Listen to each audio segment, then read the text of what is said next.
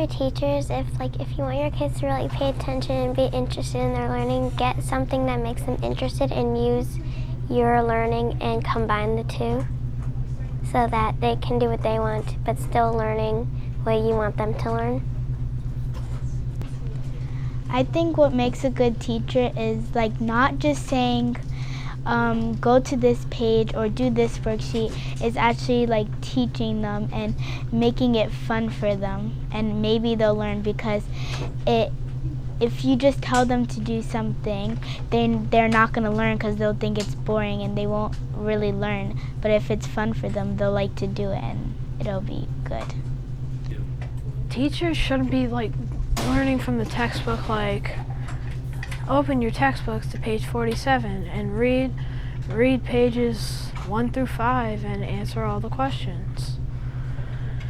And then I think they should be doing something more interesting, like games, or making learning not from the textbook. So in other classrooms, we learn with paper and the old way with books and textbooks. But in Peggy's classroom, we don't do that. We go on computers and go on websites and learn from there. And we do video games. When I did get here, it was I felt like a different person, because so many people were like, oh, hi, there's a new girl.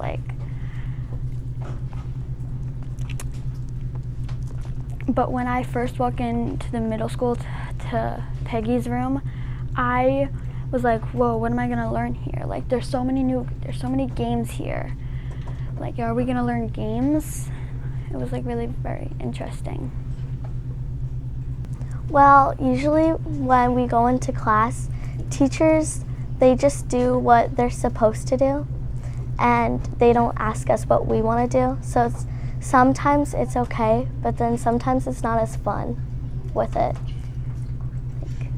I think I learned better doing it on the computer than just using a notebook and a pencil and paper, because I'd rather do that. It's more fun than just sitting in a class looking at the board and writing in a textbook or a notebook.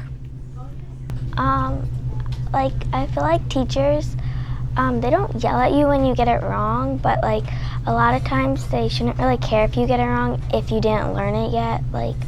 Let them have second chances if you is wrong, because Peggy, she taught us that fail means first attempt in learning. So after I learned that, it was oh, it's okay if I get something wrong or not.